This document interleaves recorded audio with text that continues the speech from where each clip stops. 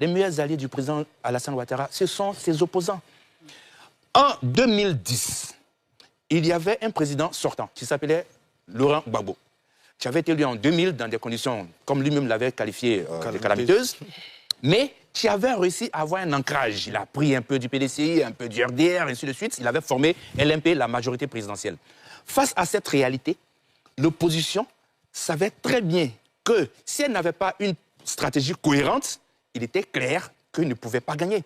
Conséquence, en 2000, au premier tour, les deux candidats de l'opposition n'avaient pas pu passer, n'avaient pas pu gagner au premier tour. Donc, l'alliance du RHDP qu'ils avaient mise en place depuis 2025 en France a fonctionné, à savoir soutenir le candidat le mieux positionné au deuxième tour. Mais quid de cette stratégie en 2025? Il n'y en a pas.